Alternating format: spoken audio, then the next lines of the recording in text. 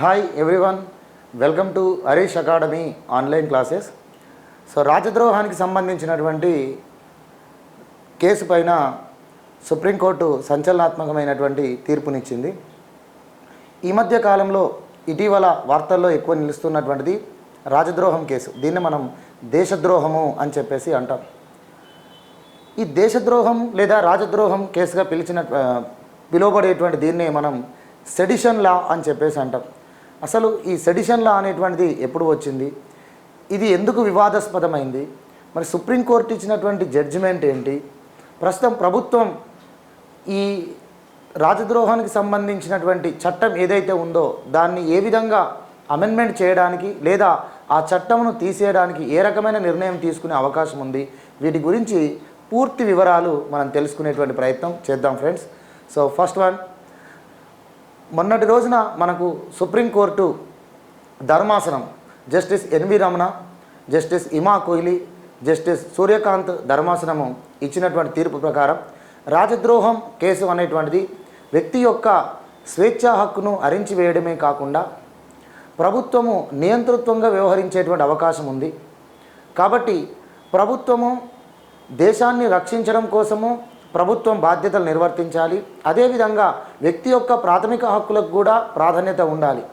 కాబట్టి దేశ భద్రత విషయంలో ప్రభుత్వం గురించి ఆలోచించడం మరియు ప్రాథమిక హక్కుల విషయంలో పౌరుల గురించి ఆలోచించేటువంటి దానిలో ఒక సమతుల్యతను పాటించాల్సినటువంటి అవసరం ఎంతైనా సర్వోన్నత న్యాయస్థానం వద్ద ఉంది. కాబట్టి దీనిపైన సమగ్రమైనటువంటి వివరణ ఇచ్చేంతవరకు, ప్రభుత్వం ఈ చట్టంను పునః పరిశీలన చేసేంతవరకు రాజద్రోహానికి సంబంధించినటువంటి కేసులు ఏవైతే ఇప్పటివరకు భారతదేశంలో ఉన్నాయో, ఎవరిపైతే ఈ రాజద్రోహం కేసులు అనేవి పెండింగ్లో ఉన్నాయో ఆ కేసులను తదుపరి విచారణ అనేటువంటిది, దర్యాప్తు అనేటువంటిది వెంటనే నిలిపివేయాలని, తర్వాత ఇక సుప్రీంకోర్టు జడ్జిమెంట్ ఇచ్చేంతవరకు కూడా దేశంలో ఎక్కడా కూడా ఈ రాజద్రోహం కేసు ఎవరిపై నమోదు చేయకూడదని, కొత్తగా ఎఫ్ఐఆర్లు రాజద్రోహం కేసు కింద ఎఫ్ఐఆర్లు నమోదు చేయకూడదని వీటన్నిటినీ కూడా ఆదేశిస్తూ మొన్న ఒక సంచలనాత్మకమైనటువంటి తీర్పును సుప్రీంకోర్టు ఇచ్చింది. సో ఈ సందర్భంగా రాజద్రోహానికి సంబంధించినటువంటి కేసు, దానికి సంబంధించినటువంటి చట్టం, వీటన్నిటిపైన మనకి ఎగ్జామ్లో ఈ కాంపిటేటివ్ ఎగ్జామ్స్లో మనకు అడిగేటువంటి అవకాశం ఎంతైనా ఉంది. ఇది ఇప్పుడు కాదు, దాదాపు ఒక సంవత్సరం నుండి ఈ మధ్య కాలంలో ఎక్కువగా కూడా వార్తల్లో నిలుస్తున్నటువంటిది. కాబట్టి ఒక్కసారి చూడండి ఫ్రెండ్స్, ఈ రాజద్రోహం అనేటువంటి సంబంధించినటువంటి చట్టమే మనకు 124A ఐపీసీ చట్టం అని అంటాం. ఇండియన్ పీనల్ కోడ్లో 124A అనేటువంటి సెక్షనే రాజద్రోహం కేసు పెట్టడానికి అవకాశం కల్పిస్తుంది. దీన్ని మనం సెడిషన్ లా అని చెప్పేసి అంటాం.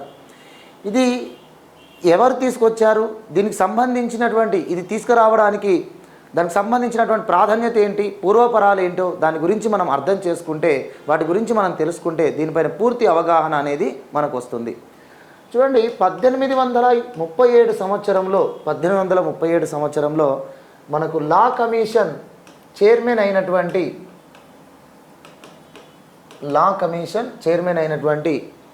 మెకాలే ఐపీసీ చట్టం ముసాయిదాను రూపొందించేటువంటి క్రమంలోనే ఈ సెడిషన్ లా అనేటువంటి ముసాయిదాను కూడా రూపొందించడం జరిగింది.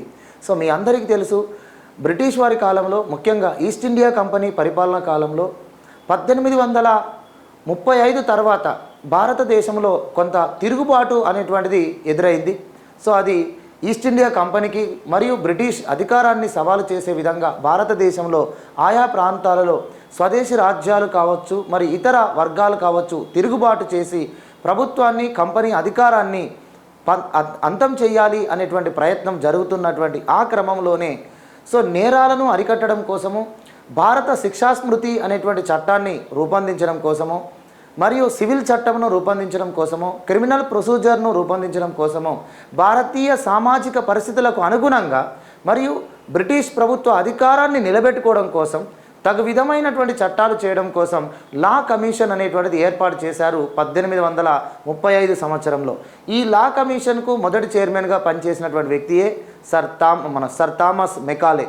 ఈ మెకాలే ఐపీసీ చట్టానికి సంబంధించినటువంటి ముసాయిదాను రూపొందిస్తూ అందులో భాగంగా ప్రభుత్వ అధికారాన్ని నిలబెట్టుకోవాలి అంటే, కంపెనీ అధికారం బ్రిటిష్ అధికారం సుస్థిరంగా ఉండాలి అంటే, సో ఈ అధికారాన్ని సవాలు చేసేటువంటి వారిపైన దేశద్రోహం కేసులు ఉండాలి.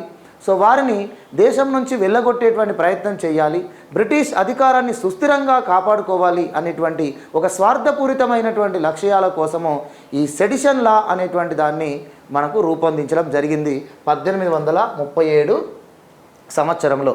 సో 1837 సంవత్సరంలో ఐపీసీ ముసాయిదాను, ఇండియన్ పీనల్ కోడ్ ముసాయిదాను రూపొందిస్తూనే అందులో భాగంగా బ్రిటిష్ ప్రభుత్వ అధికారాన్ని కాపాడడం కోసం ఈ సెడిషన్ లా అనేటువంటి దాన్ని రూపొందించారు.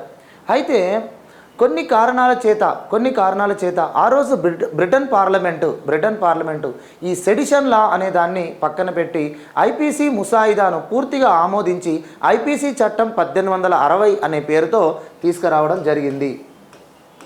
సో ఇండియన్ పీనల్ కోడ్ 1860 అనేటువంటి దాన్ని చట్టంగా బ్రిటన్ పార్లమెంటు ఆమోదించి అమల్లోనికి తీసుకొచ్చింది. సెడిషన్ లా అనే దాన్ని ఎందుకు ఐపీసీ చట్టంలో చేర్చలేదు అంటే, ఆనాడు కంపెనీకి వ్యతిరేకంగా సిపాయిల తిరుగుబాటు అనేటువంటిది జరిగింది. సో ఈ సిపాయిల తిరుగుబాటు వల్ల భారతదేశంలో ఒక స్వాతంత్ర పోరాటం అనేటువంటిది ప్రారంభమైంది. అంతేకాకుండా కంపెనీ బ్రిటిష్ అధికారం తమ వలస పాలనతోటి తమ దేశం యొక్క సాంస్కృతికపరమైనటువంటి విషయాలలో, దేశం యొక్క చారిత్రకపరమైన విషయాలపైన ప్రభావం చూపుతుందని, తమ దేశాన్ని కాపాడుకోవాలని వలస పాలనను ఎదిరించాలి అని చెప్పేసి సిపాయిల తిరుగుబాటులో మొదటిసారిగా ప్రజలలో ఒక కొత్త జాతీయతా భావం అనేది మొదలైంది. ఈ క్రమంలో సెడిషన్ లా అనేటువంటి దాన్ని ఐపీసీ చట్టంలో చేరిస్తే ఇంకా బ్రిటిష్ ప్రభుత్వం యొక్క నియంతృత్వ పరిపాలన అనేది ప్రజలు వ్యతిరేకిస్తారు అని చెప్పేసి ఈ సెడిషన్ లా అనేది ఐపీసీ చట్టంలో చేర్చలేదు.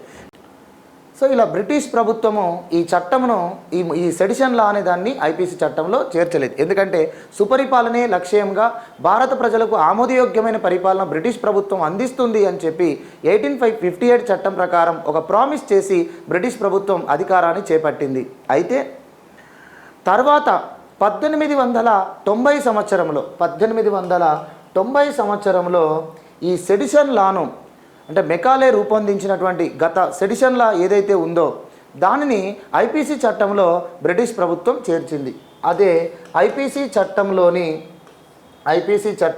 1860లోని సెక్షన్ 124 క్లాస్ ఏగా తీసుకురావడం జరిగింది. సెక్షన్ 124 ఏగా తీసుకురావడం జరిగింది. ఓకేనా? సో ఎప్పుడు తీసుకొచ్చారు? 1890లో 1890లో ఐపీసీ చట్టాన్ని అమెండ్మెంట్ చేస్తూ సో ఐపీసీ చట్టంలో ఈ సెక్షన్ 124A అని తీసుకొచ్చారు. ఇదే సెడిషన్ లా అని చెప్పేసి అంటున్నాం. దీన్ని దేశద్రోహము, రాజద్రోహానికి సంబంధించినటువంటి కేసుగా మనకు ఈ సెక్షన్లో పేర్కొన్నారు. మరి ఈ సెక్షన్ 1890లోనే ఎందుకు తీసుకొచ్చారు అంటే, 1895 తర్వాత భారతదేశంలో రాజకీయ చైతన్యం మొదలయ్యి కొన్ని సంస్థలు బ్రిటిష్ ప్రభుత్వాన్ని పరిపాలనను జవాబుదారీగా ఉంచడం కోసం ప్రశ్నించడం మరియు వ్యతిరేకించడం అనేటువంటిది ప్రారంభమైంది. కాబట్టి ఆ వ్యతిరేకించడం, ఆ ప్రశ్నించడం అనేటువంటిది బ్రిటిష్ ప్రభుత్వ అధికారాన్ని సవాలు చేసే విధంగా ఉండే ప్రమాదం ఉంది. కాబట్టి స్వాతంత్రోద్యమ పోరాటంలో కొత్త భావాలు అనేటువంటివి ప్రజల నుంచి పత్రికల ద్వారా కానీ మరియు రచనల ద్వారా కానీ రావడాన్ని జీర్ణించుకోలేని బ్రిటిష్ ప్రభుత్వం వాటిపైన ఉక్కుపాదం మోపడం కోసము పత్రికా సంపాదకులపైన కానీ, సంస్థల యొక్క వివిధ సంఘాల యొక్క నేతలపైన కానీ మరియు ఉద్యమకారులపైన కానీ, శాంతియుతంగా ఉద్యమం చేస్తున్నటువంటి, స్వాతంత్ర పోరాటం చేస్తున్నటువంటి, హక్కుల కోసం పోరాటం చేస్తున్నటువంటి వ్యక్తులపైన కానీ ఈ సెడిషన్ లాను ఉపయోగించి వాటిని అణిచివేయడం కోసం దీని అవసరం ఎంతైనా ఉంది అని చెప్పేసి 1890లో బ్రిటిష్ ప్రభుత్వం భావించి దీన్ని ఐపీసీ చట్టంలో చేర్చడం జరిగింది.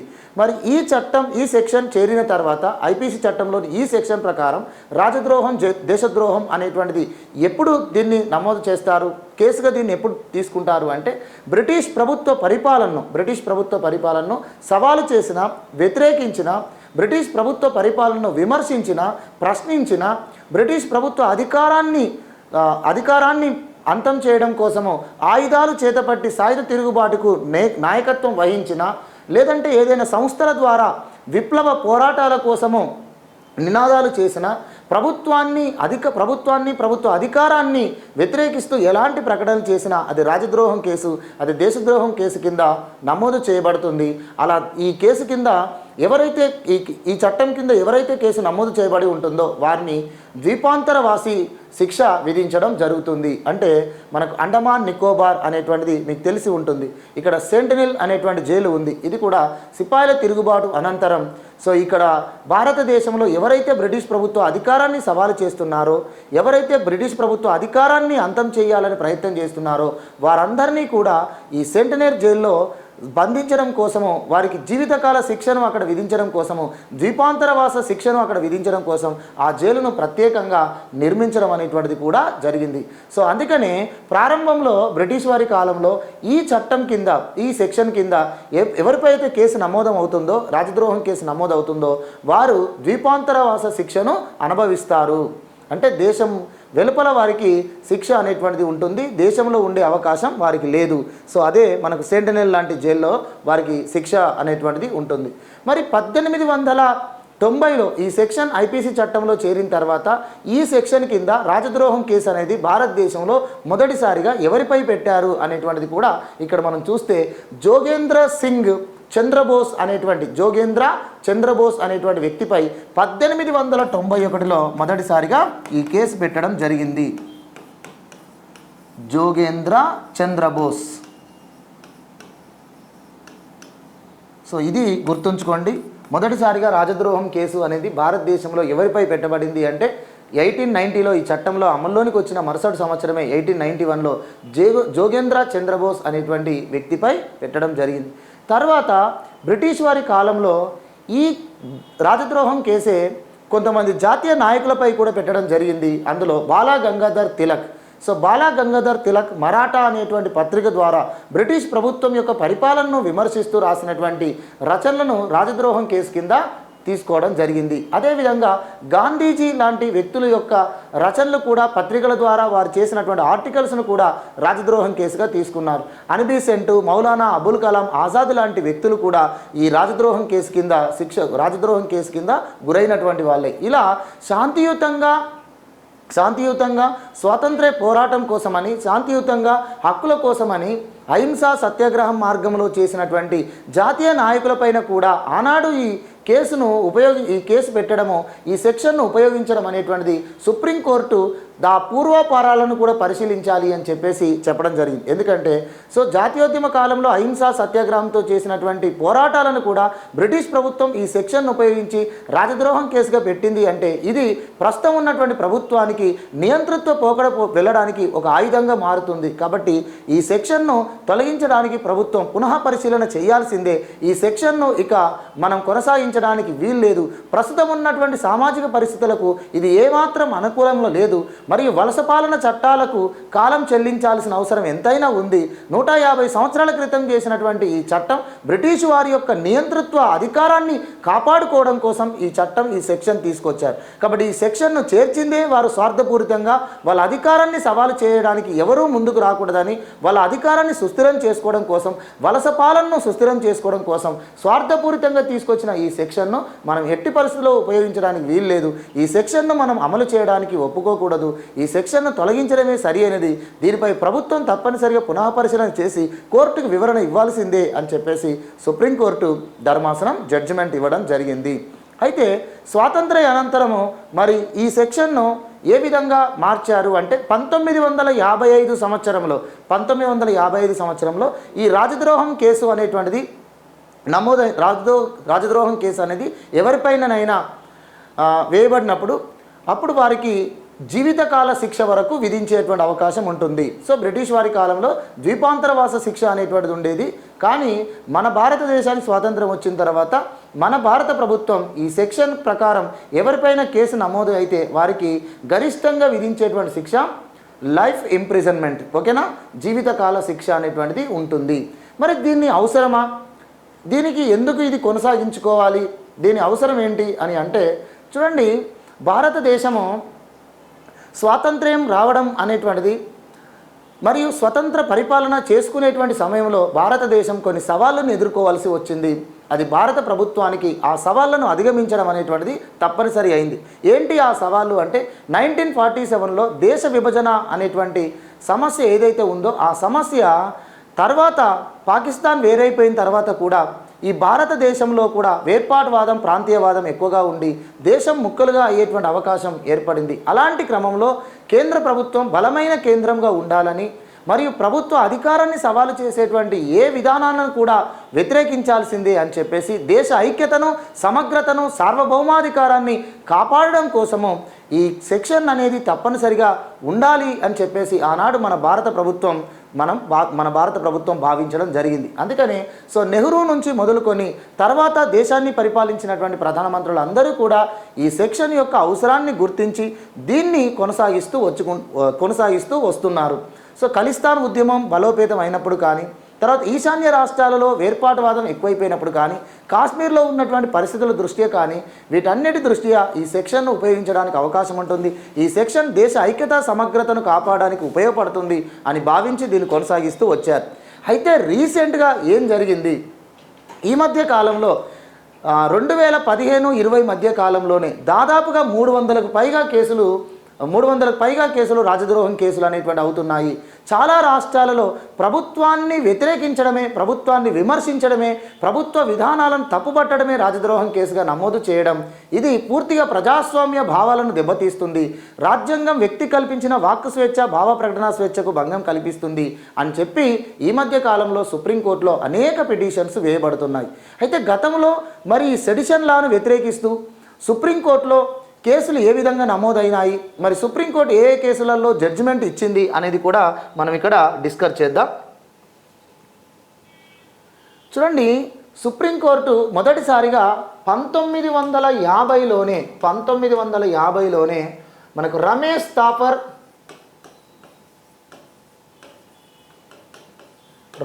థాపర్ వర్సెస్ స్టేట్ ఆఫ్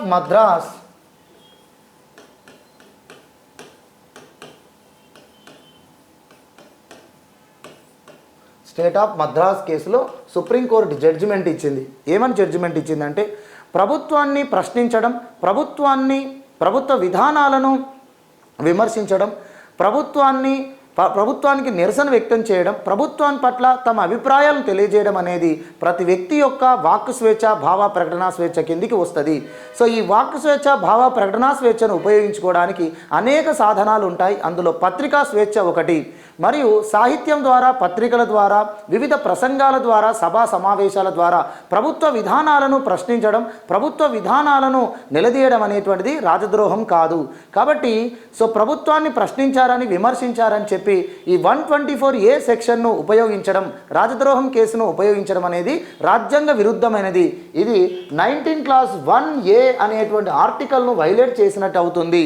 కాబట్టి ప్రభుత్వాన్ని విమర్శించారు, వ్యతిరేకించారని ఈ కేసును నమోదు చేయడం సరైనది కాదు అని చెప్పేసి సుప్రీంకోర్టు తీర్పునివ్వడం జరిగింది. తర్వాత బాంబే మరియు ఇతర హైకోర్టులు కూడా, బాంబే లాంటి ఇతర హైకోర్టులు కూడా ఈ విషయంలో రాజద్రోహం కేసు అనేటువంటిది రాజ్యాంగ విరుద్ధమైనటువంటిది, 124 సెక్షన్ అనేటువంటి దాన్ని ఉపయోగించడం అనేటువంటిది రాజ్యాంగంలోని వ్యక్తి యొక్క స్వేచ్ఛా హక్కులను వైలేట్ చేస్తున్నాయి. ఇది ప్రజాస్వామ్య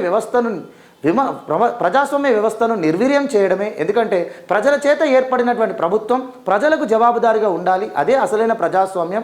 అందుకనే ప్రజాస్వామ్యంలో ప్రజలకు స్వేచ్ఛా హక్కులు ఇచ్చారు.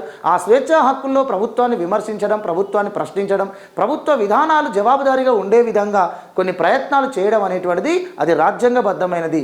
కానీ దీన్ని ప్రభుత్వం నియంతృత్వంగా రాజద్రోహం కేసుగా పెట్టడం అనేటువంటిది కరెక్ట్ కాదు. కాబట్టి ఈ రాజద్రోహం కేసులు అనేవి న్యాయ సమీక్షకు గురవుతాయి. ఖచ్చితంగా రాజద్రోహం కేసు పెట్టినట్లయితే ఖచ్చితంగా ఆ కేసు అది స్వార్థపూరితంగా జరిగినట్టుగా ఉన్నట్లయితే దాన్ని కొట్టివేయబడుతుంది, ఖచ్చితంగా న్యాయ సమీక్షకు గురవుతుంది, వ్యక్తి హక్కులే ఎక్కువ ఇంపార్టెంట్ అని చెప్పేసి సుప్రీంకోర్టు రమేష్ థాపర్ కేసులో చెప్పారు. దాని తర్వాత ఇతర హైకోర్టులు కూడా అదే తీర్పునిచ్చారు. అయితే తర్వాత 1962 సంవత్సరంలో మరొక కేసులో సుప్రీంకోర్టు గతంలో ఇచ్చినటువంటి తీర్పును వెనక్కి తీసుకుంటూ మళ్ళీ ఈ సెడిషన్ లా అనే 124A సెక్షన్ను సమర్థించడం జరిగింది. అది ఏ కేసు అయ్యా అంటే కేదార్నాథ్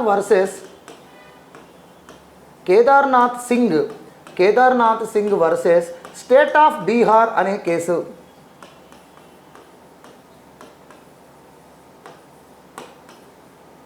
ఈ Kedarnath Singh versus state of Bihar case 1962లో ఇది సుప్రీంకోర్టు వద్దకు వచ్చింది. సుప్రీంకోర్టు ఒక రాజ్యాంగ ధర్మాసనమును ఏర్పాటు చేసి తీర్పునిచ్చింది.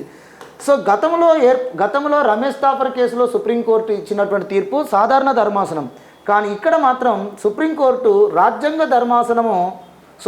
యొక్క రాజ్యాంగ ధర్మాసనం ఈ తీర్పు ఇచ్చింది. సో రాజ్యాంగ ధర్మాసనం సాధారణ ధర్మాసనానికి తేడా ఉంది. సాధారణ ధర్మాసనం అంటే ఇద్దరు అంతకంటే ఎక్కువ మంది న్యాయమూర్తుల చేత ఏర్పాటు చేసినటువంటి దాన్ని మనం సుప్రీంకోర్టు సాధారణ ధర్మాసనం అంటాం.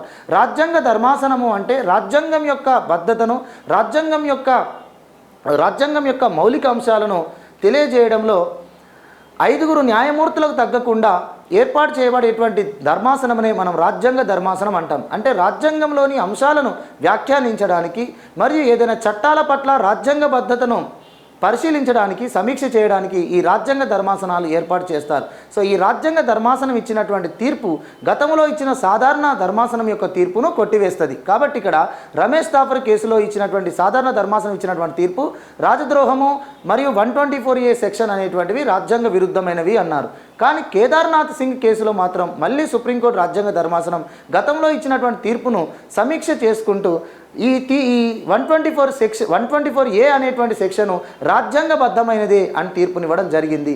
ఇక్కడ కేదార్నాథ్ సింగ్ కేసులో 1962లో సుప్రీంకోర్టు రాజ్యాంగ ధర్మాసనం 124A సెక్షన్ను సమర్థించింది.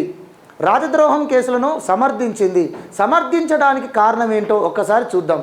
ఎందుకు సమర్థించింది, అసలు ఆ కేసు యొక్క పూర్వాపరాలను బట్టి అప్పుడు సుప్రీంకోర్టు ఎందుకు సమర్థించిందో దాన్ని కూడా ఇప్పుడు మనం ప్రస్తావించవచ్చు. సో ఆ విషయాన్ని కూడా మొన్నటి రోజున సుప్రీంకోర్టు ధర్మాసనం ప్రస్తావనకు తీసుకొచ్చింది. కేదార్నాథ్ సింగ్ అనేటువంటి వ్యక్తి ఒక పత్రికా సంపాదకుడు. ఇతను ఆనాడు దేశాన్ని పరిపాలిస్తున్నటువంటి కాంగ్రెస్ ప్రభుత్వం నెహ్రూ ప్రభుత్వాన్ని విమర్శ చేశాడు. ఎలా విమర్శ చేశారంటే కాంగ్రెస్ అనేటువంటిది ఒక గుండాల పార్టీ అని మరియు సిఐడి అనేటువంటి అధికారులు ఒక కుక్కల్లాంటి వాళ్ళని చెప్పేసి, సో ఈ రకంగా దేశాన్ని పరిపాలిస్తున్నటువంటి ప్రభుత్వ యంత్రాంగాన్ని, ఎందుకంటే కాంగ్రెస్ పార్టీ ఆనాడు దేశంలో అధికార పార్టీ, సో ఆ అధికార పార్టీని ఒక గుండా పార్టీగా భావించడం, దానితో పాటుగా ఎందుకంటే ప్రజలు ఆ పార్టీకి అధికారం ఇచ్చారు, అప్పుడు ఆ పార్టీని గుండా పార్టీ అంటే అది ప్రజాస్వామ్యంలో ప్రజల యొక్క ఓటు హక్కును హేళన చేసినట్టు అవుతుంది. అంతేకాకుండా ప్రభుత్వ అధికారులు సిఐడిలను ఒక కుక్కలుగా విమర్శించడం అనేటువంటిది జరిగింది కేదార్నాథ్ సింగ్ అనేటువంటి వ్యక్తి. అయితే ఇలా దేశాన్ని పరిపాలిస్తున్నటువంటి పార్టీని ఇలా గుండాల పార్టీ అని, అధికారులను కుక్కలుగా ఇలా చేయడం వల్ల దేశంలో ప్రభుత్వానికి వ్యతిరేకత అనేటువంటిది ఒకేసారి పెరిగి ఏవైనా హింసాత్మకమైన సంఘటనలు జరగవచ్చు, మరియు ప్రభుత్వ అధికారాన్ని సవాలు చేసే విధంగా వ్యవస్థ ఏర్పడవచ్చు. అలాంటివి చేసినప్పుడు అది ఖచ్చితంగా అది దేశద్రోహమే, అది రాజద్రోహమే. దానికి ఇలాంటి కేసులు అనేవి తప్పనిసరిగా పెట్టాలి. అలాంటి వాటిని అలాంటి వాటిని అరికట్టాల్సిందే, వాటిని కఠినంగా శిక్షించాల్సిందే. కాబట్టి రాజద్రోహం అనేటువంటి కేసులు ఈ సందర్భంలో పెట్టాల్సిందే అని చెప్పేసి రాజద్రోహం కేసును మరియు 124A సెక్షన్ను ఆ సందర్భంలో సమర్థించడం జరిగింది. అయితే సమర్థిస్తూ ఒక విషయం కూడా చెప్పారు. ఏంటిదంటే హింసాత్మకమైన సంఘటనలు జరగడానికి అవకాశం లేకుండా ప్రభుత్వాన్ని తీవ్రంగా విమర్శించిన అది రాజద్రోహం కాదు అని అన్నారు. అర్థమవుతుందండి? సో ఇక్కడ కేదార్నాథ్ సింగ్ చేసినటువంటి వ్యాఖ్యలు అనేటువంటివి సో ప్రభుత్వాన్ని తీవ్రంగా హీనంగా చేసే విధంగా, మరియు ప్రజలు ప్రభుత్వం పైన తిరుగుబాటు చేసే విధంగా, ప్రభుత్వాన్ని ఎదిరించే విధంగా ఆయన యొక్క ప్రసంగాలు అనేటువంటివి ఉన్నాయి. దానివల్ల ఏమైనా ఘర్షణలు జరిగే అవకాశం ఉంటుంది. కాబట్టి అది రాజద్రోహం కింద తీసుకోవాలి. కానీ ప్రభుత్వాన్ని విమర్శిస్తూ ప్రభుత్వ నిర్ణయాలను ప్రశ్నిస్తూ ఎవరైనా చేసినటువంటి తీవ్రమైన విమర్శలు కానీ తీవ్రమైన ప్రసంగాల వల్ల కానీ హింసాత్మకమైన సంఘటనలు జరిగే అవకాశం లేదు అనుకున్నప్పుడు దాన్ని రాజద్రోహంగా భావించరాదు అని చెప్పేసి కేదార్నాథ్ కేసులో రాజ్యాంగ ధర్మాసనం కూడా ఈ విషయాన్ని కూడా చెప్పింది. అంటే ఒకవైపు రాజ్యాంగ ధర్మాసనం రాజద్రోహం కేసును సమర్థిస్తూనే మరొక వైపు ప్రభుత్వాన్ని విమర్శించడం అనేది అది ప్రజాస్వామ్యంలో రాజ్యాంగపరమైనటువంటి హక్కు అది. కాబట్టి ఆ ప్రభుత్వాన్ని విమర్శించడం అనేప్పుడు హింసాత్మకమైనటువంటి సంఘటనలు జరగకుండా ప్రభుత్వ అధికారానికి నష్టం కలగకుండా ఉంటే సరిపోతుంది అని చెప్పేసి అది రాజద్రోహంగా కాదు అని చెప్పేసి సుప్రీంకోర్టు మరొక వైపు కూడా ఈ తీర్పునివ్వడాన్ని ఇక్కడ మనం పరిశీలించాల్సి ఉంటుంది. మరి ఈ రకంగా మొన్నటి రోజున సుప్రీంకోర్టులో అనేక మంది వ్యక్తులు ఈ రాజద్రోహంను తొలగించాలి, రాజద్రోహం కేసులను ఎత్తివేయాలని 124A సెక్షన్ను తొలగించే విధంగా సుప్రీంకోర్టు ప్రభుత్వానికి ఆదేశం చేయాలి అని చెప్పేసి అనేక పిటిషన్స్ వేశారు. ఈ పిటిషన్స్ను విచారించినటువంటి సుప్రీంకోర్టు ఖచ్చితంగా రాజద్రోహం అనేటువంటి ఈ చట్టం ఏదైతే ఉందో అది ప్రజల యొక్క హక్కులను ప్రజల యొక్క ప్రాథమిక హక్కుల యొక్క స్వచ్ఛతను దెబ్బతీస్తుంది. కాబట్టి ప్రభుత్వం నియంతృత్వ పోకడకు వెళ్ళేటువంటి అవకాశం ఉంటుంది. ప్రభుత్వము ఒక ఆయుధాన్ని ప్రభుత్వానికి రాజ్యాంగం ఇచ్చినప్పుడు ఆ ఆయుధాన్ని ఉపయోగించేటువంటి పద్ధతి మితిమీరినప్పుడు ఆ ఆయుధాన్ని వెనక్కి తీసుకోవడం అనేటువంటిది కూడా ఎంతైనా అవసరమే అని చెప్పేసి పేర్కొన్నారు. ఇక్కడ ఒక ఎగ్జాంపుల్ చెప్తుంది సుప్రీంకోర్టు. ఒక వడ్రంగికి ఒక వస్తువును తయారు చేయడం కోసము ఒక వుడ్డును కోయడం కోసము ఒక రంపం ఇచ్చారట. ఒక వడ్రంగి ఒక కార్పెంటరు ఒక వస్తువు తయారు చేయాలి, ఒక మంచమో లేదో ఒక టేబుల్ తయారు చేయాలి, ఒక వుడెన్ టేబుల్ కానీ మంచం కానీ తయారు చేయాల్సి ఉంటుంది. అప్పుడు అతను ఈ వుడ్ను కోయడం కోసం ఒక రంపం ఇవ్వడం జరిగింది. అయితే అదే రంపాన్ని ఆ వడ్రంగి అడవిని నరకడానికి ఉపయోగిస్తే ఎలా ఉంటుంది? కాబట్టి ఇక్కడ రాజద్రోహం అనేటువంటిది దేశ సమైక్యత సమగ్రతను సార్వభౌమాధికారాన్ని కాపాడడం కోసం ఇది ప్రభుత్వానికి ఈ రాజద్రోహం అనేటువంటి సెక్షన్ అనేది ఒక అవకాశంగా ఒక ఆయుధంగా ఇచ్చారు. కానీ దీన్ని ప్రజాస్వామ్యాన్నే కూని చేసే విధంగా దీన్ని ఉపయోగించేటువంటి తీరు ఉంది. కాబట్టి దీన్ని తీవ్రంగా ఖండించాల్సిందే. ఈ వ్యవస్థ అనేటువంటిది పోవాల్సిందే. కాబట్టి ప్రజాస్వామ్యంలో ప్రభుత్వం ప్రజలకు జవాబుదారీగా ఉండాలి. ప్రజాస్వామ్యంలో ప్రజలు ప్రభుత్వాన్ని జవాబుదారీగా చేయడం కోసమే విమర్శ మరియు ఈ రకమైనటువంటి ప్రసంగాలు చేస్తారు. అది ఖచ్చితంగా రాజ్యాంగబద్ధమే. కాబట్టి ఈ సెక్షన్ను వెనక్కి తీసుకోవడానికి, ఈ సెక్షన్ను తొలగించడానికి ప్రభుత్వం పునః పరిశీలించాల్సి ఉంటుంది అని చెప్పేసి సుప్రీంకోర్టు త్రిసభ్య ధర్మాసనం తీర్పునిచ్చింది. అయితే ఇక్కడ ప్రభుత్వం తరపున తుషార మెహతా, మన సొలిసిటర్ జనరల్ అయినటువంటి తుషార మెహతా గారు నిన్న సుప్రీంకోర్టులో వేసినటువంటి రివ్యూ పిటిషన్ ఏమిటంటే గతంలో రాజ్యాంగ ధర్మాసనం ఇచ్చినటువంటి తీర్పును మీరు పరిగణలోకి తీసుకోవాల్సి ఉంటుంది. గతంలోనే కేదార్నాథ్ సింగ్ కేసులో రాజ్యాంగ ధర్మాసనం మన ఈ చట్టమును ఏదైతే 124A సెక్షన్ సెడిషన్ లా ఏదైతే ఉందో దాన్ని సమర్థించింది. కాబట్టి రాజ్యాంగ ధర్మాసనం సమర్థించిన దాన్ని ఈ త్రిసభ్య ధర్మాసనము వ్యతిరేకించడము, పూర్తిగా ఆ సెక్షన్ను అమలు చేయకుండా స్టే విధించడం అనేటువంటిది ఆలోచించదగినది అని చెప్పేసి సుప్రీంకోర్టుకు తన యొక్క రివ్యూ పిటిషన్ ప్రభుత్వం తరపున వేశారు.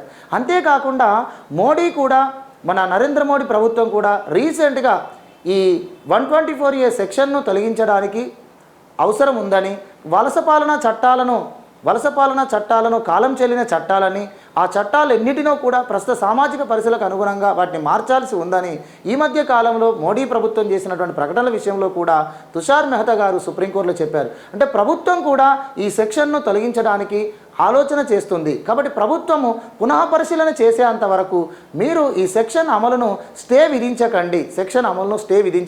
ఎందుకు అంటే మీరు సెక్షన్ అమలును స్టే విధించడం వల్ల ఆల్రెడీ ఈ కేసుల కింద ఎవరైతే రాజద్రోహం కేసుల కింద ఎవరైతే ఉన్నారో వారికి బెయిల్ పొందే అవకాశం అనేటువంటిది ఉంటుంది.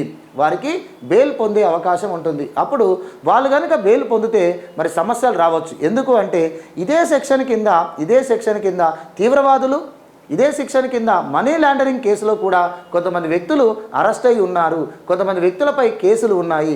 కాబట్టి ఇప్పుడు మీరు స్టే విధిస్తే వాళ్ళకు బెయిల్ పొందే అవకాశం వస్తే అది వ్యవస్థకు మంచిది కాదు. కాబట్టి వాటిని పూర్తిగా పరిశీలించి సెక్షన్ అమలును స్టే విధించకుండా ప్రభుత్వం పునః పరిశీలన చేసేంత వరకు కోర్టు ఓపిక పట్టాలి అని చెప్పేసి ప్రభుత్వం తరపున తుషార్ మెహతా గారు చెప్పారు. కానీ త్రిసభ్య ధర్మాసనం మరొకసారి పునరాలోచన చేసుకొని 3 సభ్యులు చర్చించుకొని ఫైనల్గా జడ్జిమెంట్ ఏమని ఇచ్చారు అంటే లేదు ప్రాథమిక హక్కులను హరించే విధంగా ప్రాథమిక హక్కులను హరించే విధంగా హత్య చేసే విధంగా ప్రభుత్వ తీరు అనేది కనిపిస్తుంది. రాజద్రోహం కేసుల్లో కొంతమంది వ్యక్తులు కరెక్ట్గానే శిక్షకు గురై ఉండొచ్చు, అంటే తీవ్రవాద చర్యలు కానీ లేదంటే ఇతర మనీ లాండరింగ్ సంబంధించినటువంటి దానిలో కానీ కొంతమంది ఈ కేసు కింద ఉన్నటువంటి వాళ్ళు కరెక్టే కావచ్చు. కానీ మెజారిటీ పర్సన్స్ రాజద్రోహం కేసు కింద అమాయకులు బలైపోతున్నారు. కాబట్టి ఇది ప్రభుత్వము ఇది ఇలా ఉపయోగించుకోవడం వలన ఈరోజు మేము కోర్టు దీన్ని న్యాయ సమీక్ష చేయాల్సి వస్తుంది. కాబట్టి ప్రభుత్వ తీరు అనేటువంటిది మారాలి అంటే ఈ చట్టం వెంటనే అమల్లోనికి రాకుండా ఉండాల్సిందే. కాబట్టి ఈ చట్టం అమలును మేము నిలిపివేయడమే, స్టే విధించడమే కరెక్టు. సో ప్రభుత్వం త్వరలో పునః పరిశీలన చేసుకొని సెక్షన్ను తొలగించడానికి తమ నిర్ణయాన్ని కోర్టుకు తెలియజేయాల్సి ఉంటుంది. అప్పటి వరకు ఈ సెక్షన్ కింద ఎలాంటి కేసులు నమోదు చేయడానికి వీల్లేదు. మరియు ఆల్రెడీ కేసులై ఉన్నటువంటి వాటికి దర్యాప్తు విచారణ అనేటువంటిది వెంటనే నిలిపేయాలి. మరియు ఈ రాజద్రోహం కేసు కింద ఎవరైతే ఉన్నారో, రాజద్రోహం కేసుని ఎవరైతే ఎదుర్కొంటున్నారో వారు కోర్టులు వారికి బెయిల్ ఇచ్చేటువంటి అవకాశాన్ని కూడా పరిశీలించాలి అన్నారు. అంటే క్రింది కోర్టులలో జిల్లా సెషన్ కోర్టు మొదలైనటువంటి క్రింది కోర్టులలో రాజద్రోహం కేసులు ఎవరిపైతే నమోదై ఉన్నాయో సో ఆ కోర్టులు ఈ కేసు వేయబడినటువంటి వ్యక్తులకు బెయిల్ ఇచ్చేటువంటి ప్రయత్నం చేయాలి అని కూడా సుప్రీంకోర్టు చెప్పడం జరిగింది. మరి ఇప్పటి వరకు ఈ రాజద్రోహం కేసు కింద ఎవరెవరు ఉన్నారు అంటే మనం చూస్తే సో భీమా కోరేగాం సంబంధించినటువంటి సంఘటనలో వరవరరావు లాంటి వ్యక్తులు రాజద్రోహం కేసు కిందనే ప్రభుత్వ కస్టడీలో ఉన్నారు. అదేవిధంగా మనకి ఇంకా తీసుకుంటే దిశా రవి అని చెప్పేసి బెంగళూరుకు చెందినటువంటి ఒక మహిళ పైన కూడా రాజద్రోహం కేసు వేశారు. కారణం ఏమిటి అంటే దిశా రవి అనేటువంటి మహిళ ఈ మన సాగు చట్టాలకు వ్యతిరేకంగా ఢిల్లీలో రైతులు చేసినటువంటి నిరసనకు వాళ్లకు ఉపయోగపడే విధంగా ఒక టూల్ కిట్ను తయారు చేసింది ఆమె. సో అలా తయారు చేయడం కూడా ప్రభుత్వ అధికారాన్ని పడగొట్టడానికి, రైతులు చేసిన పోరాటానికి సహకరించడం కూడా రాజద్రోహమే అని చెప్పేసి వారిపై కూడా కేసు వేయడం జరిగింది. అదేవిధంగా గతంలో అరుంధతి రాయ్పై కూడా కాంగ్రెస్ ప్రభుత్వము ఈ రాజద్రోహం కేసు అనేటువంటిది వేశారు. తర్వాత రీసెంట్గా మనకు తెలిసి ఆంధ్రప్రదేశ్లో రఘురామ్ రాజన్ పైన కూడా ఈ రాజద్రోహం కేసు అనేటువంటిది ఉంది. సో గతంలో అక్బరుద్దీన్ ఓవైసీ మరియు కల్వకుంట్ల కవిత పైన కూడా రాజద్రోహం కేసులు అనేటువంటివి గతంలో నమోదై ఉన్నాయి. సో కల్వకుంట్ల కవిత తను 2014లో కాశ్మీర్ పైన ఒక వివాదాస్పదమైనటువంటి వ్యాఖ్యలు చేయడం, హైదరాబాదును బలవంతంగా భారత్లో విలీనం చేశారు అని చెప్పేసి దేశ ఐక్యతను దేశ సమగ్రతకు భంగం కలిగే విధంగా వివాదాస్పదమైన వ్యాఖ్యలు చేయడం కూడా రాజద్రోహం కేసుగా తీసుకున్నారు. కానీ కల్వకుంట్ల కవితపై వేసినటువంటి ఆ కేసు తర్వాత కోర్టు ద్వారా కొట్టివేయడం జరిగింది. సో ఈ రకంగా కొంతమంది ప్రముఖులు కూడా ఈ రాజద్రోహం కేసులో ఉన్నారు. ముఖ్యంగా పత్రికా సంపాదకులు వివిధ పౌర హక్కుల నేతలు వీళ్ళందరూ కూడా రాజద్రోహం కేసు కింద ఉన్నటువంటి వాళ్ళు. వీళ్ళందరూ కూడా ప్రభుత్వాన్ని విమర్శించారని, ప్రభుత్వ తీరును తప్పుపడుతున్నందుకు, ప్రభుత్వ విధానాలను ప్రశ్నిస్తున్నందుకు ఈ కేసును పెడుతూ ఈ సెక్షన్ను ఉపయోగించడం అనేటువంటిది చాలా ఎక్కువైపోయింది. కాబట్టి ఇది మితిమీరమైనటువంటి ప్రభుత్వ నియంతృత్వ పోకడకు దారితీస్తుంది. అంతేకాకుండా ప్రజాస్వామ్యంలో ప్రభుత్వాన్ని ప్రశ్నించకపోతే అసలు ప్రజాస్వామ్యం అనేటువంటిది కొన్ని సంవత్సరాల తర్వాత పూర్తిగా అది ఒక రకమైనటువంటి మన వ్యాక్సినిస్టు ప్రభుత్వంగా, ఒక భూస్వామ్య ప్రభుత్వంగా, ఒక నియంతృత్వ ప్రభుత్వంగా, ఒక పెట్టుబడిదారి ప్రభుత్వంగా, ఒక సామ్రాజ్యవాదమైనటువంటి భావాలు వచ్చేటువంటి అవకాశం ఉంటాయి. కాబట్టి ఖచ్చితంగా ఈ సెక్షన్ను తొలగించే విషయంలో ప్రభుత్వం పునః పరిశీలన చేయాలి. మరియు ఈ కేసుల విషయంలో కూడా న్యాయ సమీక్ష చేసి వారిపై పెట్టినటువంటి ఆ కేసులను కూడా ఎత్తివేయడానికి ప్రభుత్వం త్వరితగతిన ఆలోచన చేసుకోవాల్సి ఉంటుంది. ఎందుకంటే అధికారం ఎప్పుడైనా కూడా అతిక్రమించినప్పుడు, అధికారం ఎప్పుడైనా కూడా దుర్వినియోగం చేయబడినప్పుడు ఖచ్చితంగా ఆ అధికార వ్యవస్థకు మూలాలను కూడా పరిశీలించాల్సి ఉంటుంది. కాబట్టి ఇంతకాలం దేశ ఐక్యత, భద్రత కోసం, సమగ్రత కోసం అవసరం అనుకున్నటువంటి రాజద్రోహం కేసును రాజద్రోహం చట్టాన్ని ఈరోజు తీసివేయాలి అని చెప్పే వరకు వచ్చింది అంటే అది ప్రభుత్వం యొక్క నియంతృత్వ పోకడనే. దీన్ని ఉపయోగించుకునేటువంటి తీరు అనేటువంటిది అతి మితిమీరింది కాబట్టి ఈరోజు జరుగుతుంది. అంతేకాకుండా రాజద్రోహం చట్టం యొక్క పూర్వాపరాలను కూడా ఈరోజు మనం కోర్టు పరిశీలించింది. అసలు ఈ చట్టం వచ్చిందే వలస పాలన వ్యవస్థను సుస్థిరం చేసుకోవడం కోసము. కాబట్టి ఇప్పుడున్నటువంటి ప్రభుత్వం కూడా ఆ రకమైనటువంటి పోకడలను పోతుంది. కాబట్టి ఈ రాజద్రోహం చట్టమును ఖచ్చితంగా వెనక్కి తీసుకోవడానికి ప్రభుత్వం పునః పరిశీలన చేయాలి అని చెప్పేసి అన్నారు. ఓకే ఫ్రెండ్స్, సో ఈ రకంగా మీరు రమేష్ తాఫర్ కేసు కానీ కేదార్నాథ్ సింగ్ కేసులు కానీ ఇవన్నీ కూడా రాజద్రోహానికి సంబంధించినటువంటివి, గతంలో ఇచ్చినటువంటి తీర్పులు. ఓకేనా, రైట్. ఇది మనకు రాజద్రోహానికి సంబంధించినటువంటి సుప్రీంకోర్టు ఇచ్చినటువంటి తీర్పును బేస్ చేసుకొని మనకు ఈ అంశాలు అన్నీ కూడా కాంపిటేటివ్ ఎగ్జామ్స్కు ఉపయోగపడతాయి అని చెప్పేసి వీటి గురించి మనం సెషన్ చేయడం జరిగింది friends. Okay, thank you, all the best.